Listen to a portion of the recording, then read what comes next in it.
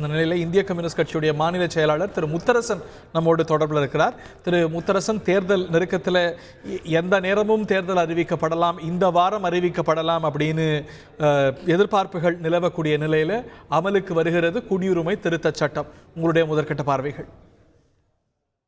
தேர்தல் தேதி சில நாட்கள்ல நீங்க குறிப்பிட்டது போல அறிவிக்கப்பட இருக்கக்கூடிய சூழல்ல அவசரமாக குடியுரிமை திருத்த சட்டத்தை அரசியலில் வெளியிட்டிருப்பது ஒன்றிய அரசாங்கம் ஒரு உள்நோக்கத்தோடு செயல்படுவது இதன் மூலமாக வெளிப்படையாக தெரிகிறது.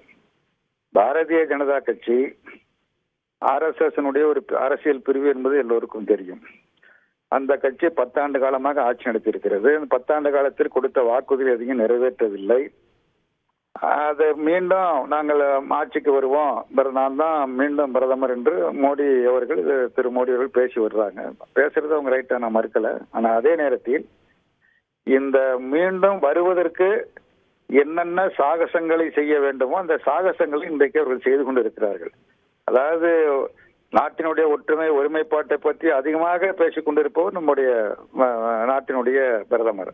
அதே நேரத்தில் ஒற்றுமையை சீர்குலைக்கக்கூடிய நடவடிக்கை சட்ட ரீதியாக மேற்கொள்கிறார். பேச்சு ஒற்றுமை குறித்து பேசப்படுகிறது, ஆனா நடவடிக்கை சட்ட ரீதியாக அதிகாரப்பூர்வமாக மக்களை பிளவுபடுத்துவதற்குரிய காரியங்களை தொடர்ந்து பல கட்டங்களாக செய்கிறார்கள். அதனுடைய அடுத்த கட்டமாக தான் இன்னும் எத்தனை செய்ய போறாங்கன்னு சொல்ல முடியாது. இன்னும் பலவற்றைக்குள்ள அவர்கள் செய்யலாம்.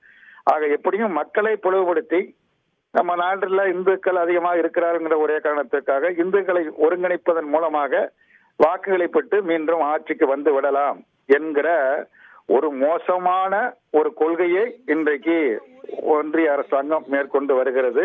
இது நாட்டின் ஒருமைப்பாட்டிற்கு உழவைக்கக்கூடிய செயலாகும். ஒரு சில ஆயிரம் பேருக்கு குடியுரிமை கிடைக்க போகுது. அவங்க பாகிஸ்தான்லேருந்து வந்தவங்க, வங்கதேசத்துலேருந்து வந்தவங்க. இதனது பயனாளி ஒரு இந்திய குடிமகனும், இன்னைக்கு இந்திய குடிமகனாக இருக்கக்கூடிய ஒரு இந்து உட்பட வேற எந்த மதத்தை சேர்ந்தவரும் கூட கிடையாது. இது ஒரு எலக்ட்ரல் டிவிடன்ஸ் கொடுக்கும் அப்படின்னு நம்ம ஒரு முடிவுக்கு வர முடியுமா? அதாவது எத்தனை பேர் இதில் பயனடைகிறாங்கிறது பிரச்சனை இல்லை. ஆனால் இதில் காட்டப்படுகிற பாகுபாடு தான் ரொம்ப முக்கியமானது.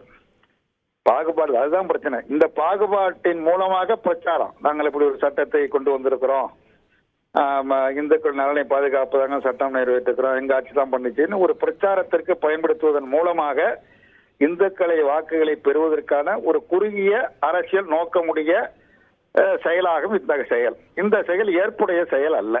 உங்க சக கூட்டணி கட்சிகள்லாம் வைக்கக்கூடிய விமர்சனம், இது வேற சர்ச்சைகள்லாம் இன்னைக்கு வந்திருக்கு. உச்ச நீதிமன்றத்தில் ஒரு பாதகமான தீர்ப்பு மத்திய அரசுக்கு SBI விவகாரத்தில் வந்திருக்கு. அதுலேருந்து திசை மாற்றக்கூடிய யுக்தி அப்படின்னு டு யூ திங்க் சோ? அப்படி நினைக்கிறீங்களா? அதாங்க உண்மை. அதாவது தேர்தல் கால வாக்குறுதியில் நிறைவேற்றல. ஆண்டுக்கு 2 கோடி பேருக்கு வேலை கொடுக்கல. வெளிநாட்டில் கருப்பு பணம் மீட்கப்பட்ட ஒவ்வொரு இந்திய குடிமகனுக்கும் 15 லட்சம் வங்கி கணக்கில் வர வைக்கப்படும் என்பது நிறைவேற்றப்படல. விவசாயிகளுடைய விளைபொருளுக்கு நல்ல விலை நிர்ணயம் செய்யப்படும், சட்டம் நிறைவேற்றப்படும் என்பது நிறைவேற்றல. MS சுவாமிநாதன் பரிந்துரை நிறைவேற்றப்படும் என்பது நிறைவேறல. இப்படி தேர்தல் கால வாக்குறுதியிலும் நிறைவேற்றல. அதெல்லாம் இன்றைக்கு விவாத பொருளாக மாறி இருக்கிறது. அதே மாதிரி இன்னைக்கு தேர்தல் பத்திரத்துல 60% பங்குகளை பத்திரங்களை பெற்றிருக்கிற ஒரே அரசியல் கட்சி பாரதிய ஜனதா கட்சி தான். அப்ப அது உச்ச நீதிமன்றம் அளித்த தீர்ப்புக்கு மாறாக ஸ்டேட் பேங்க் இன்றைக்கு செயல்படுகிறது. ஸ்டேட் பேங்க் யார் கையில் இருக்குது? ஒன்றிய அரசாங்கத்தின் கையில் இருக்கிறது. அவர்களை பயன்படுத்தி செய்கிறாங்க.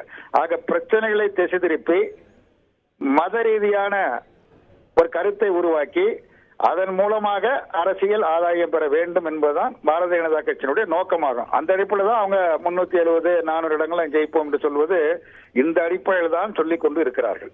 நன்றி திரு முத்தரசன். Thank you very much. செய்திகளை உடனுக்குடன் தெரிந்து கொள்ள உடனே சப்ஸ்கிரைப் பண்ணுங்க.